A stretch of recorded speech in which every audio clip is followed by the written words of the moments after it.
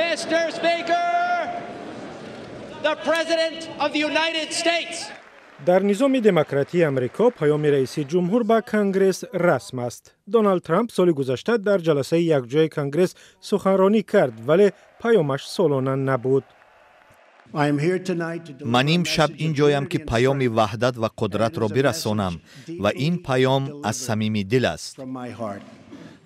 امسال رئیس جمهور اقتصادی قوی امریکا را تعریف می‌کند. و من خواهم گفت کار کشور واقعا خوب است. وضع اقتصادی نظر به هر وقت دیگر بهتر است.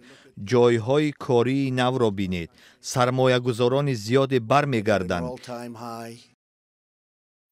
ولی اقتصادی قوی هم کمک نکرد آبروی ترامپ بالا رود.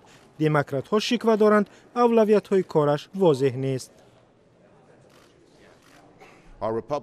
رهبران جمهوری خواه می ترسند مستقلانه پیش روند. از ترامپ می ترسند.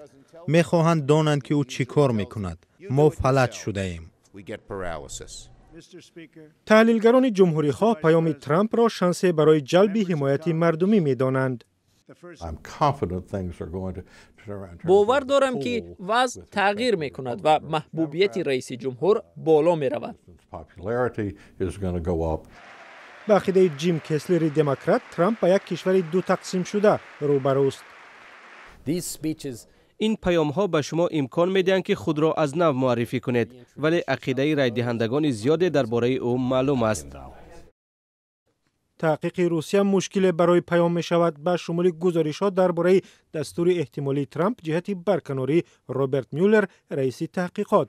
دونالد ترامپ ضمن پیامش همچنین درباره مهاجرت، سیاست در قبال کره شمالی، ایران و افغانستان سخن میگوید.